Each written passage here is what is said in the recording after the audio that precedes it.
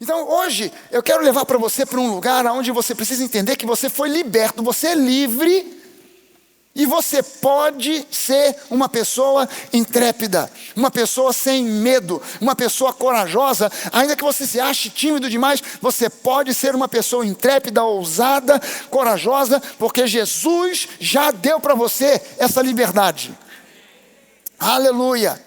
Se há uma coisa que o diabo trabalha com afinco, é para impedir que a igreja do Senhor Jesus seja uma igreja intrépida, corajosa, ousada. Ele quer ver uma igreja temerosa, encolhida, sem voz, acanhada, intimidada pelas circunstâncias, dominada pelo medo. É isso que o diabo quer. Nós passamos por um período, e ninguém nunca mais vai esquecer disso, pelo menos nós que estamos aqui vivos nessa geração, passamos por uma pandemia. Muita gente levantou várias hipóteses sobre a pandemia. Essa pandemia é um plano aí da China para dominar o mundo e tal, e não sei o quê. Sabe no que eu via na pandemia? Uma tentativa do inferno de intimidar a humanidade, de intimidar a igreja. De fazer com que todo mundo fique agora com medo. Agora foi o coronavírus, mas vejo outra aí, e todo mundo com medo, e tal. Até fizeram a vacina, mas não vou tomar vacina, porque tem um chip na vacina. Botou um chip lá para o chinês saber onde você anda. Quanto você está gastando, o que você está comendo, e vai saber tudo. Gente, eu tomei todas elas, não passei mal, não senti nada, e não tem chinês nenhum atrás de mim. É preciso que a gente entenda que essas são tentativas do inferno de nos intimidar, de nos fazer ficarmos encolhidos num canto com medo. Mas eu creio que Deus quer que a sua igreja, mesmo no meio de circunstâncias adversas. A pandemia passou, mas você continua tendo problemas e lutas, problemas para resolver, lutas para enfrentar, desafios para encarar. Você continua tendo, todos nós continuamos tendo, mas eu entendo que Deus quer que sempre nós nos mantenhamos fortes, corajosos, intrépidos diante dos grandes desafios que a gente possa enfrentar. João 14, no versículo 1, olha só o que Jesus está dizendo para nós. Não deixem que o seu coração fique aflito. Creiam em Deus e creiam também em mim. Não permita que o seu coração fique aflito. Você vai adiante agora no versículo 15, e ele diz: se vocês me amam, obedeçam a meus mandamentos. Graças a Deus nós hoje sabemos, porque temos na Bíblia uma explicação clara a respeito de que mandamentos são esses. Se na antiga aliança nós temos os 613, na nova aliança nós temos apenas 2. E é um versículo que você precisa saber localizar. 1 João 3:23. 1 João 3:23. O que diz 1 João 3:23? Este é o mandamento que nós temos da parte dele. E ele nem fala de mandamentos, ele fala de mandamento, como se fosse um único dividido em 2 partes. Esse é o mandamento que nós temos dele, que nós creiamos no nome do seu Filho, Jesus, e que nós nos amemos uns aos outros conforme o seu Filho nos ordenou. Então, crer e amar, quem crê e ama, está cumprindo todos os 613 mandamentos numa tacada só. Nós não precisamos nos preocupar nem com os 10, nem com os 613. Nós só precisamos nos preocupar em crer em Jesus e amar como Ele nos ordenou que amássemos. Amém, gente? É muito comum as pessoas serem muito religiosas e pouco amorosas. E nós precisamos ser muito religiosos, muito amorosos e nada religiosos. Amém, gente? Amém. Se vocês me amam, obedeçam a meus mandamentos, e eu pedirei ao Pai, e Ele lhes dará um outro encorajador. Então Jesus está dizendo o seguinte: eu já sou um encorajador para vocês. Eu estou encorajando vocês, mas eu vou partir e não vou deixar vocês sozinhos. Eu vou enviar um outro encorajador, um outro consolador, um outro confortador, que nunca os deixará. Prestou atenção no que Jesus disse? Nunca. Essa palavra nunca, no grego, significa nunca. Nunca. Nunca. Pastor, mas eu sou imperfeito. Ele nunca te deixará. Ah, mas eu tenho esse defeito. Ele nunca te deixará. Ah, mas eu acho que o fulano ele já deixou. Porque ele nunca te deixará. ele veio para ficar. Ele habita no seu coração e ele não vai ser despejado. O diabo não tem autoridade para despejar. Os seus defeitos e problemas não têm autoridade para despejar o Espírito Santo daí. Amém? Ele está aí para ficar. Ele nunca os deixará. É o Espírito da verdade. O que eu tenho dito que nós somos? Nós somos buscadores da verdade. Nós não queremos ilusões. Nós não queremos misticismo. Nós não queremos interpretações tortas dos versículos bíblicos. Nós queremos a verdade. Amém, gente? Você que está acompanhando a gente pela internet, você que costuma acompanhar a gente pela internet, está assistindo esse culto, seja agora ao vivo, seja depois a gravação do culto pelo YouTube ou em alguma outra plataforma, você é convidado por nós para se tornar um buscador da verdade. A religião não ajuda, a religião atrapalha. Quando nós começamos a nos julgar uns aos outros pela religião, você é católico, eu sou evangélico, você é espírita, eu sou católico, e que a gente começa a colocar, não, eu pratico as religiões afro, e quando você começa a confrontar essas coisas, aí a gente sai com uma saída do tipo assim, politicamente correta. A frase é velha, mas ela se encaixa no politicamente correto. Tudo bem. Todos os caminhos levam a Deus. Cara, não existe frase mais mentirosa do que essa. Todos os caminhos levam a Deus. Imagina só se eu chego para você e digo assim, gente, hoje domingo, depois do culto, eu estou convidando todos vocês, cada um de vocês, para ir lá em casa. Porque a minha esposa preparou um filé mignon. Mas ela preparou assim, ela pediu, inclusive, nem foi ela que preparou. Ela chamou o nosso querido argentino, Eduardo, que faz um churrasco como ninguém, aquele churrasco portenho, aquele churrasco argentino, e você pode ir, porque tem lá um churrasco com um molho, aquele molho argentino, chimichurri, tem aquele, se você preferir, tem um vinagrete, e você estão todos convidados, amém? Como é que a gente vai para chegar na sua casa, pastor? Todos os caminhos levam lá em casa. Fique à vontade, entre no carro, saia dirigindo e você chegará. Você vai chegar em Quixeramobim, no Ceará, mas não vai chegar na minha casa. Por quê? Porque existe um endereço, tem um CEP, que eu não darei a você, claro. Mas existe um endereço, existe um caminho. Um caminho é certo, vai chegar lá. Então Jesus é o caminho, a verdade e a vida. Jesus não disse é o cristianismo, é o espiritismo, é a religião afro. Não, eu sou o caminho, a verdade e a vida. Nosso relacionamento não é com uma religião, é com uma pessoa. Nós amamos Jesus. É difícil defender uma religião.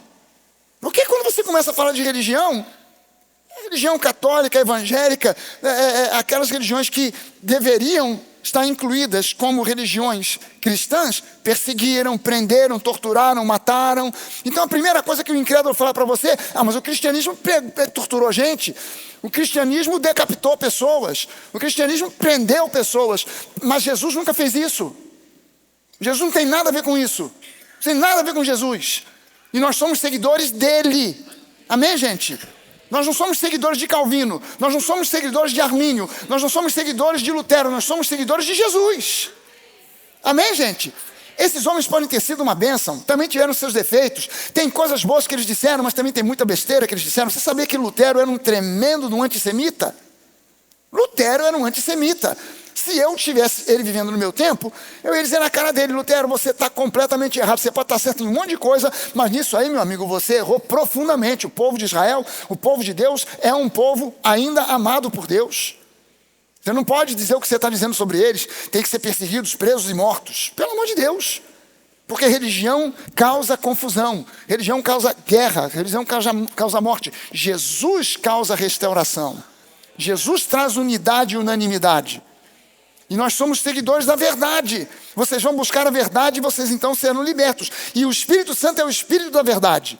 E ele continua dizendo, o mundo não pode receber, pois não o vê, nem o conhece. Mas vocês o conhecem, pois ele habita com vocês agora e depois estará em vocês. Isso para os discípulos foi profético, para nós é a nossa realidade. O Espírito Santo habita em nós. Você pode levantar uma das suas mãos e dizer isso: eu sou casa do Espírito Santo. Você pode colocar sua mão sobre o seu peito e dizer: o Espírito Santo habita em mim. Aleluia. Agora, quando você vai ao versículo de número 26, em João 14, ele diz: mas quando o Pai enviar o encorajador, o Espírito Santo, como meu representante, ele lhes ensinará todas as coisas e os fará lembrar de tudo o que eu lhes disse. Eu lhes deixo um presente, a minha plena paz. E essa paz que eu lhes dou é um presente que o mundo não pode dar. Portanto, não se aflijam, nem tenham medo. Aleluia! Não se aflijam, não tenham medo. Os discípulos de Jesus, gente, eles estavam sendo preparados para enfrentar horas terríveis que viriam logo a seguir, com a prisão e a crucificação de Jesus. João 14 é o momento da última ceia, é o início da última ceia. E ele está ali dizendo, ele está encorajando os discípulos. Cara, aparentemente vai dar ruim, mas no final vai dar bom. Não deixem o coração de vocês ficar atribulado, perturbado, com medo. Jesus estava preparando os discípulos para encarar os grandes desafios que viriam quando eles levassem a mensagem do Evangelho pelo mundo. Eles estavam sendo preparados para enfrentar as perseguições, as ameaças, as prisões e até mesmo a morte, sem temor. Dá uma olhada só na vida de cada um dos discípulos de Jesus. Procure no Google, inteligência artificial, no que você quiser, e você vê que cada um deles morreu martirizado. Cada um deles, com exceção de João, que morreu pela idade, velho. Mas todos os outros morreram martirizados. Pedro, aquele Pedro medroso, que tremeu e negou Jesus por causa da acusação de uma menina, de que ele era um seguidor de Jesus. Esse Pedro, quando chega no final da sua vida, preso por Roma, ele vai ser crucificado. E ele, diante da cruz, ele diz: eu não sou digno de ser crucificado como o meu Senhor. Aí os caras olham para ele e falam: ah, é? Então nós vamos te crucificar de cabeça para baixo. E Pedro morreu sorrindo. Agora tu imagina. Esse camarada que antes, se fosse naquele tempo, ele ia dizer: ô, que é isso de cabeça para baixo? Nem cruz, nem de cabeça para cima, nem de cabeça para baixo, por favor, dá licença, eu não conheço esse tal de Jesus. É um engano, vocês me prenderam por engano. Mas o encorajador, Jesus preparou esses caras para que eles enfrentassem até mesmo a morte. Será que você está preparado para seguir Jesus, custe o que custar? Sabe que tem algumas igrejas que entendem e pensam, adotam uma doutrina de que a igreja vai passar pela grande tribulação. Eu, particularmente, nós na Nova, a gente prega e advoga que a igreja não vai passar pela grande tribulação. Jesus vai arrebatar a igreja antes. É uma posição chamada pré-tribulacionista. Tem algumas igrejas que advogam uma postura pós-tribulacionista. Aí, quando a pessoa vem com essa história querendo brigar comigo pelo pós-tribulacionismo, eu pergunto o seguinte: mas vem cá, se você conhecesse agora o anticristo, se descobrisse que o seu vizinho é o anticristo, vizinho de porta é o anticristo, você vai dizer: pastor, realmente meu vizinho faz um barulho de madrugada, o camarada é barulhento, bota funk, é o próprio anticristo. Não, eu estou falando do anticristo para valer. Se você descobrisse que o seu vizinho é o anticristo, você abandonava Jesus? Se você descobrisse, cara, realmente o pastor Fragari está me enganado e a gente vai passar pela grande tribulação, você abandonava Jesus ou você ia em frente com ele? Ninguém nem respondeu, gente. Agora eu fiquei preocupado. O que você fazia? Você largava Jesus? Não se preocupe, já vou te dizer o seguinte: é claro que a nossa tendência normal e natural da carne é dizer: pastor, eu acho que eu não ia aguentar não. Pois é, você não sabe o que o Espírito Santo pode fazer no momento em que você está diante de uma confrontação que você diz: eu não aguentaria, mas na hora o Espírito Santo te capacita para, como Pedro, você olhar e dizer: eu não sou digno de morrer como o meu Senhor Jesus. Ah, então vai ser de cabeça para baixo. Beleza, não tem problema. Porque aqui é um tempo, mas a eternidade é com Ele. Amém? E a gente tem que estar preparado, porque nesse mundo a gente passa por aflições. Ainda que não passemos pela grande tribulação, que eu creio que não vamos passar, mas nesse mundo a gente enfrenta aflições. Nós somos herdeiros desse espírito, dessa postura, dessa atitude que é gerada em nós pela ação do Espírito Santo, que é aquele que conduz a igreja para seguir adiante. A igreja só existe hoje porque pessoas inspiradas pelo Espírito Santo foram corajosas o suficiente para continuar em frente, mesmo diante da morte. Amém, gente? Então eu quero falar para vocês de 3 pontos que são importantes a gente manter diante dos nossos olhos, mantermos em alta, para que nós vivamos a liberdade que Jesus conquistou para nós. Primeira coisa que eu quero que você faça é que você levante uma das suas mãos e declare em alto e bom som: em Cristo eu sou livre. Livre para viver a vida que Ele planejou para mim, antes da fundação do mundo. Aleluia! Então, primeira coisa, a igreja do Senhor Jesus, ela pode ser intrépida, corajosa, ousada, porque ela tem o poder do Espírito Santo eficazmente presente em cada um dos seus membros. O Espírito Santo está presente na sua vida, não importa se você tem 30 anos de igreja ou apenas 3 horas. Você já está repleto, cheio do Espírito Santo. E Ele te capacita para ser intrépido, corajoso, uma pessoa corajosa. Efésios capítulo 1, versículo 17, e eu vou ler até o 23. Paulo, orando pela igreja, ele diz: eu peço que Deus, o Pai glorioso de nosso Senhor Jesus Cristo, lhes dê sabedoria espiritual e entendimento para que vocês cresçam no conhecimento dele. Eu oro para que o seu coração seja iluminado, a fim de que vocês compreendam a esperança concedida àqueles que Ele chamou e a rica, gloriosa herança que Ele deu ao seu povo santo. No versículo 19 ele continua dizendo: também oro para que vocês entendam a grandeza insuperável do poder de Deus para conosco, os que cremos. É o mesmo poder grandioso. Presta atenção nisso. Paulo está dizendo que há um poder que opera em você diariamente, constantemente. Agora há um poder da parte de Deus operando no seu coração. Nesse exato momento há uma ação do Espírito Santo poderosa agindo no seu interior. E é essa ação poderosa que cura, que liberta, que restaura, que transforma. Então só que Paulo está dizendo aqui que esse poder que opera em nós os que cremos é o mesmo poder grandioso que ressuscitou Cristo de entre os mortos.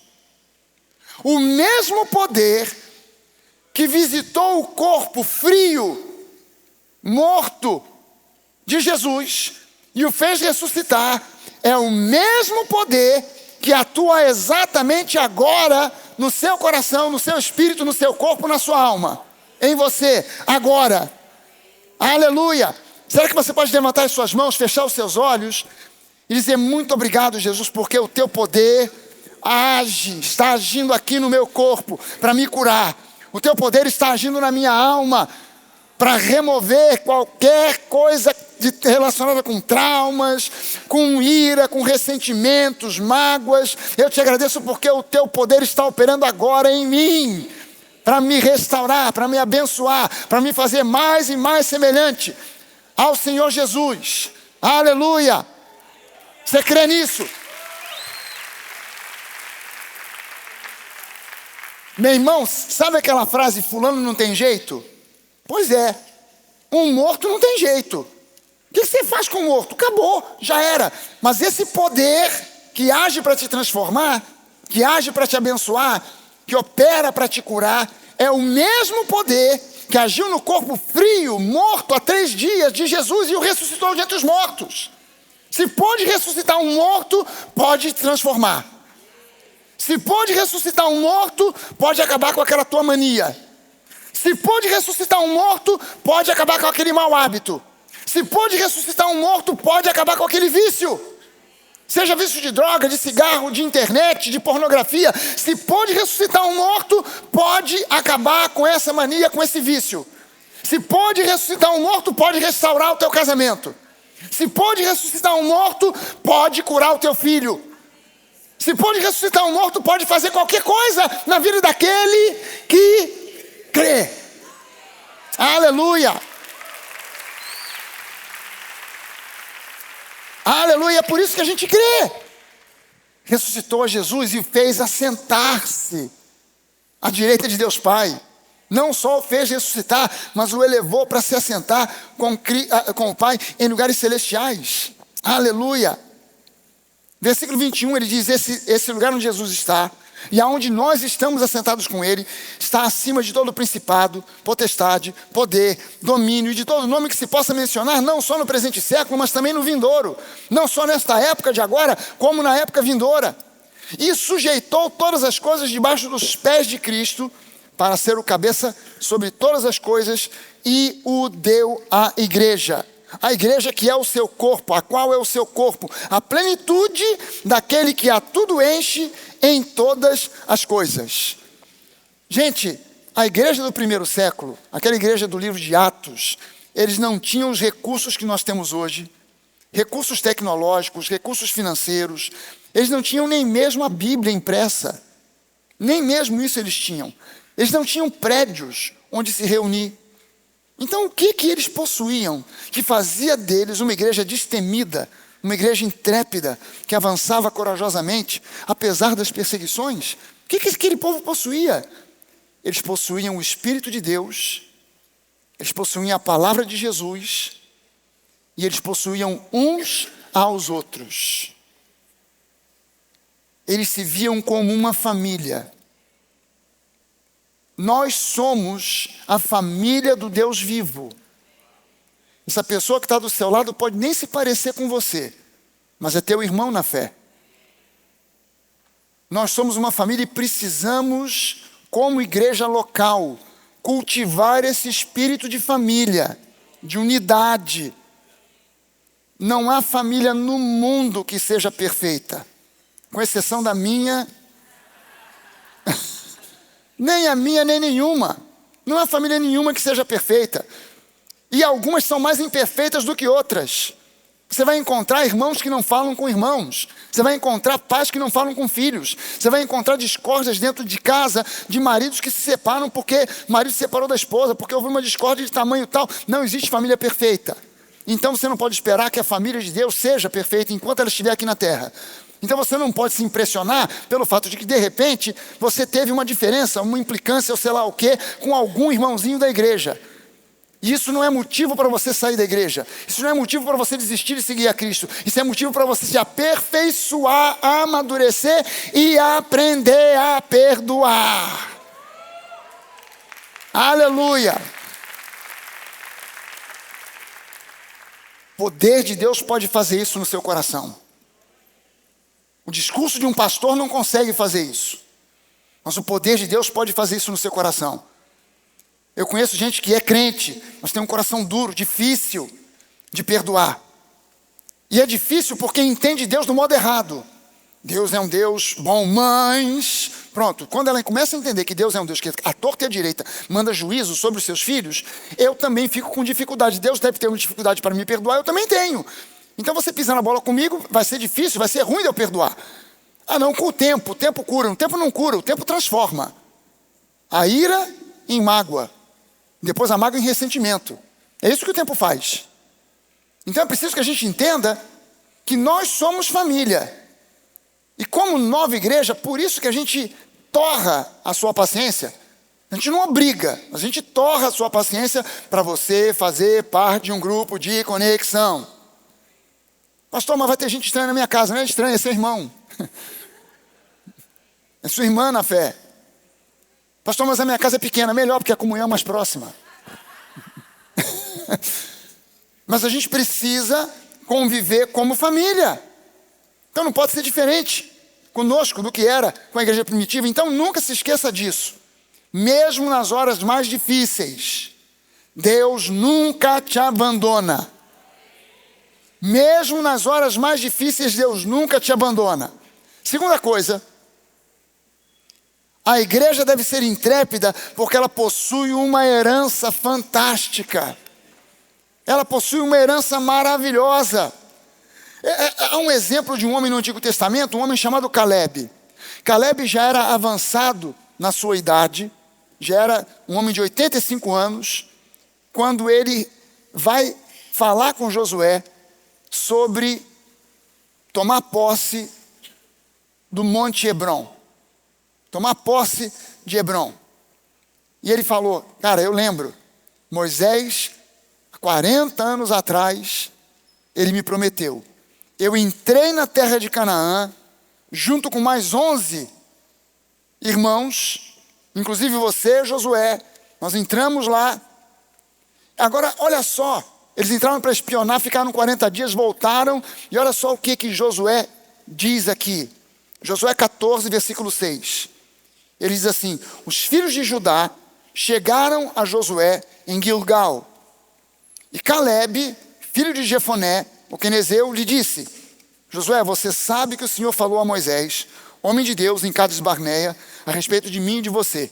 Cades Barneia era a localidade assim, já na beira do Rio Jordão, na fronteira, já próximo da terra de Canaã. Caleb sabia que Deus havia falado a respeito dele e de Josué. Não simplesmente que um amigo, um parente, um pastor ou mesmo um profeta. Deus falou com Moisés a respeito de Josué e de Caleb. E a intrepidez de Caleb não era fruto de arrogância, era fruto de uma convicção. O que Deus declarou a meu respeito é o que vale. Era isso que ia na cabeça de Caleb. E é isso que precisa estar na sua cabeça. O que Deus declarou a seu respeito é o que vale. Será que você pode dizer, eu posso o que Deus diz que eu posso? Eu possuo o que Deus diz que eu possuo. Eu sou o que Deus diz que eu sou. O que Ele declara é o que vale. Não importa o que falaram, o que disseram, o que falam, o que dizem. O que importa é o que Deus já disse. E é isso que está valendo a seu respeito. E é assim que você deve se enxergar. E para Caleb, o que está valendo para mim é o que Deus disse. Não importa se eu já tenho idade. Não importa se aparentemente eu não tenho mais vigor para ir lá, para combater os cananeus que estão lá em cima daquele monte. Lá em Efésios, no capítulo 1, os versículos de 3 a 7, Paulo diz assim, bendito seja o Deus e Pai de nosso Senhor Jesus Cristo, que nos abençoou. Diga assim, eu fui abençoado. Com todas as bênçãos espirituais das regiões celestiais em Cristo. Antes da fundação do mundo, Deus nos escolheu nele. Diga, eu fui escolhido em Cristo. Ele nos escolheu para sermos santos. Diga, para ser santos. E irrepreensíveis. Você pode dizer, eu sou, aos olhos de Deus, irrepreensível. Irrepreensíveis diante dele. E em amor, nos predestinou para ele. Diga isso, eu fui predestinado para Cristo. Para sermos adotados como seus filhos. Diga, eu sou um filho amado. Por meio de Jesus Cristo, segundo o propósito da sua vontade, para o louvor da glória da sua graça, que Ele nos concedeu gratuitamente no amado. Nele nós temos a redenção. Diga, eu sou redimido. Pelo seu sangue a remissão dos pecados. Diga, eu fui remido de todos os pecados. Segundo a riqueza da sua graça. Isso é Paulo descrevendo quem nós somos. Então, com base nisso, eu e você podemos ser pessoas de coragem. Quando você volta agora a Josué 14, no versículo 7, Caleb está dizendo para Josué, Josué, eu tinha 40 anos quando Moisés, servo do Senhor, me enviou a Cades Barneia para espiar a terra. E eu lhe relatei o que estava no meu coração. Prestou atenção? Os outros espias relataram o que eles viram.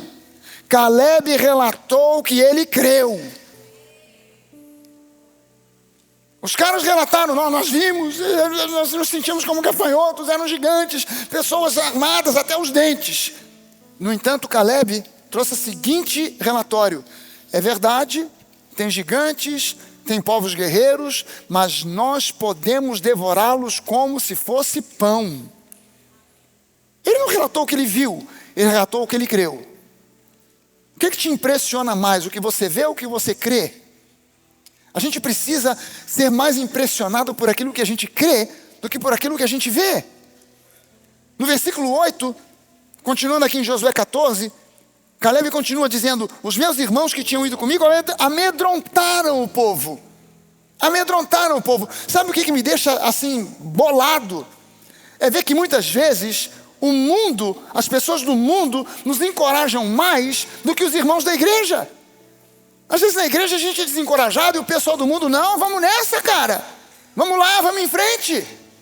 Os meus irmãos que tinham ido comigo amedrontaram o povo, mas eu perseverei em seguir o Senhor meu Deus. Então Moisés naquele dia jurou dizendo: certamente a terra em que você pôs o pé será sua e de seus filhos em herança perpétua, pois você perseverou em seguir o Senhor meu Deus. E agora, Josué capítulo 14, versículo 10, ele dizia: agora eis que o Senhor me conservou com vida como prometeu.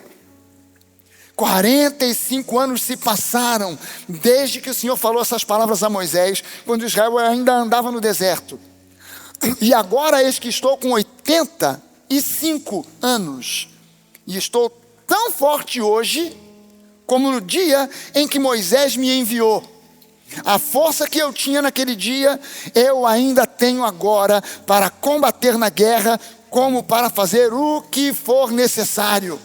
Josué, dê-me agora este monte de que o Senhor falou naquele dia, pois naquele dia você ouviu que lá estavam os anaquins, gigantes, morando em cidades grandes e fortificadas. Se o Senhor Deus estiver comigo, eu poderei expulsá-los como Ele mesmo prometeu. Você pode levantar suas mãos e dizer: o Senhor Deus está comigo, então eu posso vencer os inimigos. Eu posso vencer a angústia, eu posso vencer o medo, eu posso vencer a dificuldade econômica e financeira, eu posso vencer a doença, eu posso vencer os inimigos que o diabo coloca no meu caminho, porque o Senhor está comigo, como estava com Caleb. O Senhor está comigo. Aleluia! Essa é a nossa realidade em Cristo.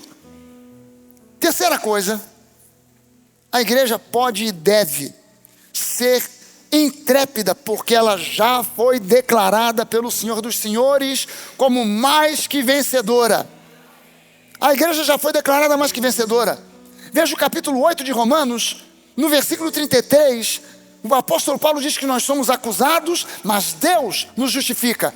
No versículo 34, diz que há uma tentativa do infernal de nos condenar, mas Jesus intercede por nós. No versículo 35, diz que nós sofremos tribulação, angústia, perseguição, fome, nudez, perigo, espada, e tudo isso tenta nos separar do amor de Deus. No versículo 36, diz que nós somos até mesmo vistos como ovelhas indo para uma matadora. Mas depois no versículo 37, diz que em todas essas coisas, nós somos mais que vencedores por meio daquele que nos amou.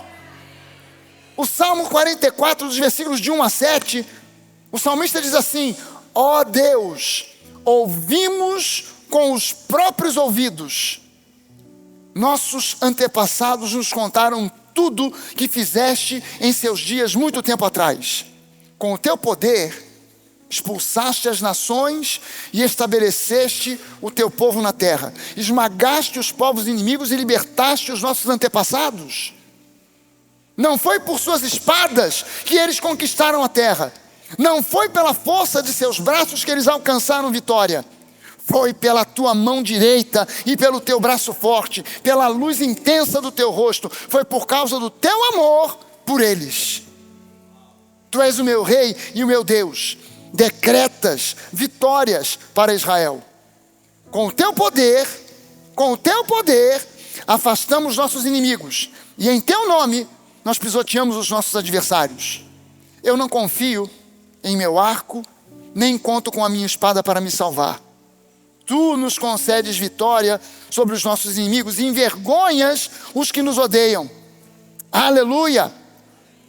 Você está entendendo que isso é uma palavra profética para você? A nossa intrepidez não vem das nossas capacidades, não vem dos nossos dons, não vem dos nossos talentos, não vem de uma possível riqueza financeira que nós tenhamos. A nossa vitória, a nossa intrepidez, ela vem da nossa confiança que está naquele que nos capacita, que nos fortalece e que nos enriquece dia a dia, que supre todas as nossas necessidades. Aleluia! Você pode ficar de pé. Eu queria orar com você. Porque veja bem, o medo é uma prisão. O temor é uma prisão que nos leva para a angústia, que nos leva para a depressão, que nos leva para uma visão de incapacidade, de impossibilidades. Essas visões de impossibilidade, de incapacidade, de insuficiência, são pensamentos errados, são setas malignas do inferno para te paralisar, para te levar para um estado de inércia. Mas você pode vencer. Você tem que ter no seu coração um espírito empreendedor, para empreender financeiramente, empreender emocionalmente, empreender espiritualmente. Sabe, você tem que sair dessa mentalidade pequena que o brasileiro tem. Eu preciso de uma carteira assinada. Você não precisa de uma carteira assinada, você precisa de uma mentalidade empreendedora.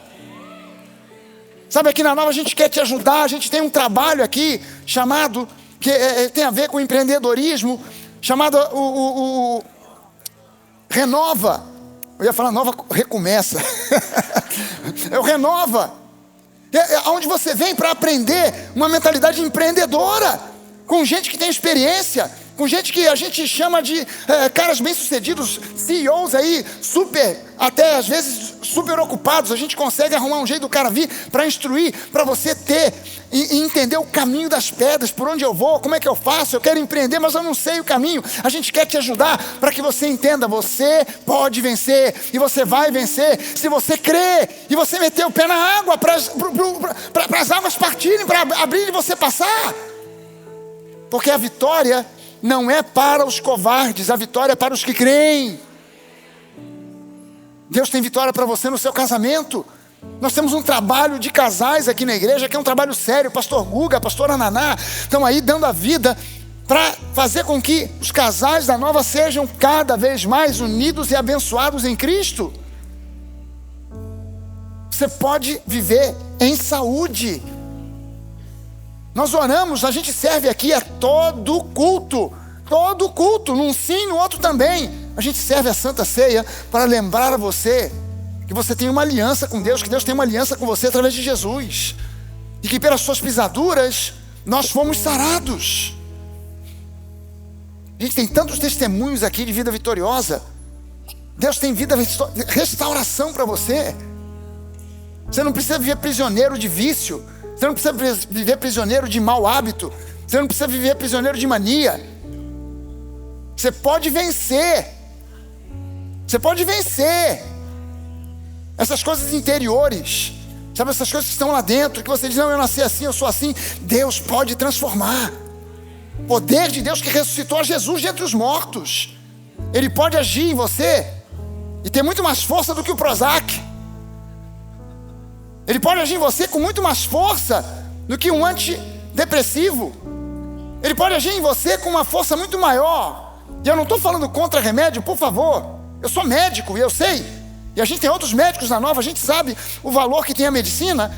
Mas eu estou querendo dizer para você que a medicina é de Deus para nós, a misericórdia.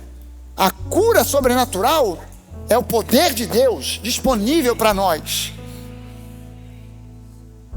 Aleluia. Curva a sua cabeça, eu quero orar junto com você. Eu quero convidar você a ter um espírito agora de adoração a Deus por aquilo que Ele já fez. Você não precisa, nesse momento, entenda bem o que eu quero te dizer.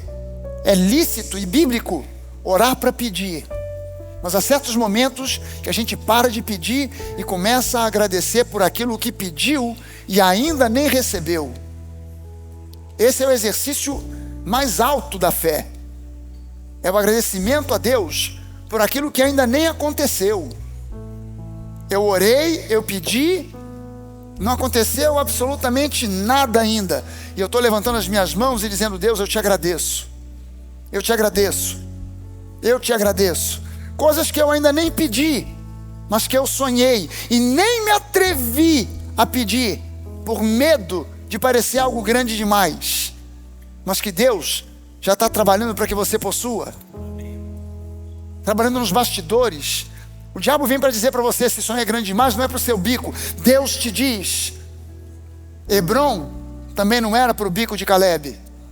85 anos de idade, 45 anos já tinham passado desde o momento em que Deus, através da boca de Moisés, prometeu aquele lugar, o lugar melhor, o melhor lugar de Israel, o lugar mais fértil, o lugar mais agradável, o melhor lugar. Deus tinha prometido para ele. Era tempo suficiente para ele desanimar e dizer: olha, já passaram 10 anos da promessa, até agora não aconteceu nada. A gente espera 10 minutos e já fica ansioso. Passaram 20 anos, a gente espera 20 dias e já começa a reclamar. Passaram 30 anos, passaram 40 anos, e agora aos 85 anos, a gente vê que durante aquele período, Caleb não desanimou, não desistiu. E a cada vez que eles, circulando por aquele deserto, eles passavam perto daquela fronteira, perto daquele rio Jordão, ele olhava para dentro daquela terra e dizia: me espera, pode me esperar, eu estou chegando. Tem uma parte dessa terra que é minha. Aquele monte lá, ó, Hebrom, aquilo ali é meu. Estava tomado de gigantes. Ele não temeu, ele disse: olha, não quero nem saber. O vigor que eu tinha naquele tempo, Deus me preservou, e eu tenho agora para ir lá e combater, e lutar e botar para correr qualquer gigante. Porque não tinha a ver com o que ele via, tinha a ver com o que ele cria. Sabe, você talvez olhe e fale assim: pastor, mas o senhor não sabe o meu problema é gigantesco, é um caso na justiça. É um juiz de coração duro, o camarada já falou que não tem jeito, não tem remédio, o advogado já desistiu, já bateu o martelo. Deus pode reverter, Deus pode mudar, pode alterar. Pastor, o senhor não está entendendo, meu casamento já acabou mesmo, já não tem mais jeito, a mulher foi para um lado, eu fui para outro, o marido foi embora, eu fiquei aqui. Pois é, mas eu já casei, casal que estava divorciado há um montão de tempo e casaram de novo, porque se reencontraram na igreja e entenderam que um era o melhor para o outro. E eu fui lá para fazer o recasamento, tem o renovo e tem o recasamento. Fui lá fazer o recasamento, o mesmo casal, porque Deus, se o poder de Deus ressuscitou Jesus dentre os mortos, Ele pode ressuscitar um casamento que faliu, que deu errado. Ah, eu já fui muito crente, pastor, mas agora meu coração esfriou. Pois é, se o poder de Deus ressuscitou Jesus dentre os mortos, pode aquecer o teu coração novamente, trazer aquele fervor, daquela crença inabalável: caramba, Deus está comigo, Deus pode, aleluia, eu creio. Sabe, Deus é bom, Ele te ama, e Ele quer que você vença. Não importa a área, não importa o problema, não importa se é uma cura interior que você precisa, é um trauma, é uma lembrança, Ele te cura. Não importa se é um casamento falido, Ele te restaura. Não importa se é uma empresa que você tentou e não deu certo, o Senhor te coloca de pé e faz com que agora você possa ter uma nova chance para renovar e conseguir sucesso, porque Deus é bom, aleluia. Você pode curvar sua cabeça e começar a agradecer a Deus. Começar a agradecer a Deus por coisas que parecem impossíveis, e Deus agora está operando e trabalhando para fazer o impossível se tornar possível.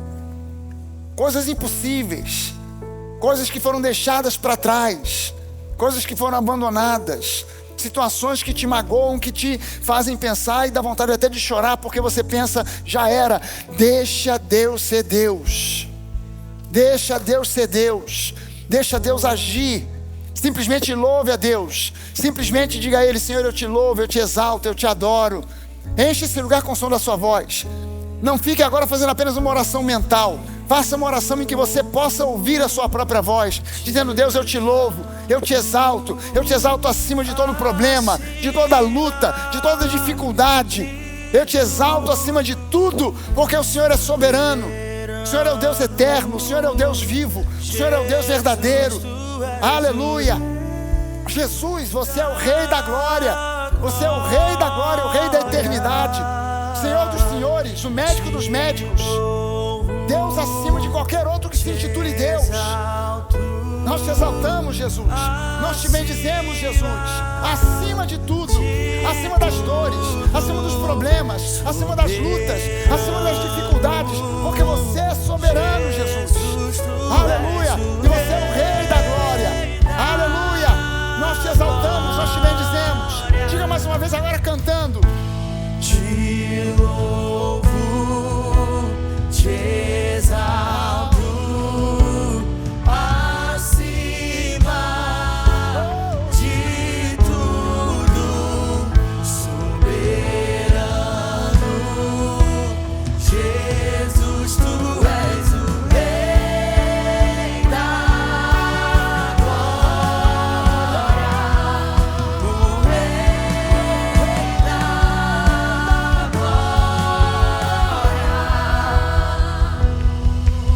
olhos de fogo, queimam de amor. Ele te ama incondicionalmente. Nunca Ele desiste, jamais desiste, ele jamais te levou abandonará. minha dor, Aleluia. encontrou descanso. Ele encontrou descanso no amor, em nos amar, em te amar. Aleluia. tudo Oh, suporta. obrigado, Jesus. Presente Aleluia. está. Olhos de fogo, queimam de amor. Nunca desiste, levou minha dor. Encontro descanso em nos amar. Tudo suporta. Presente está. Te louvo, te exalto, acima de tudo, soberano. Jesus, tu és o Rei da glória. Obrigado, Senhor Jesus, porque a tua soberania não pode ser suplantada pelas armadilhas do inferno e os nossos olhos estão firmados em ti. Muito obrigado por essa noite, muito obrigado por vidas salvas, muito obrigado por vidas transformadas, muito obrigado por mentes renovadas, muito obrigado pelo amor derramado sobre cada um de nós.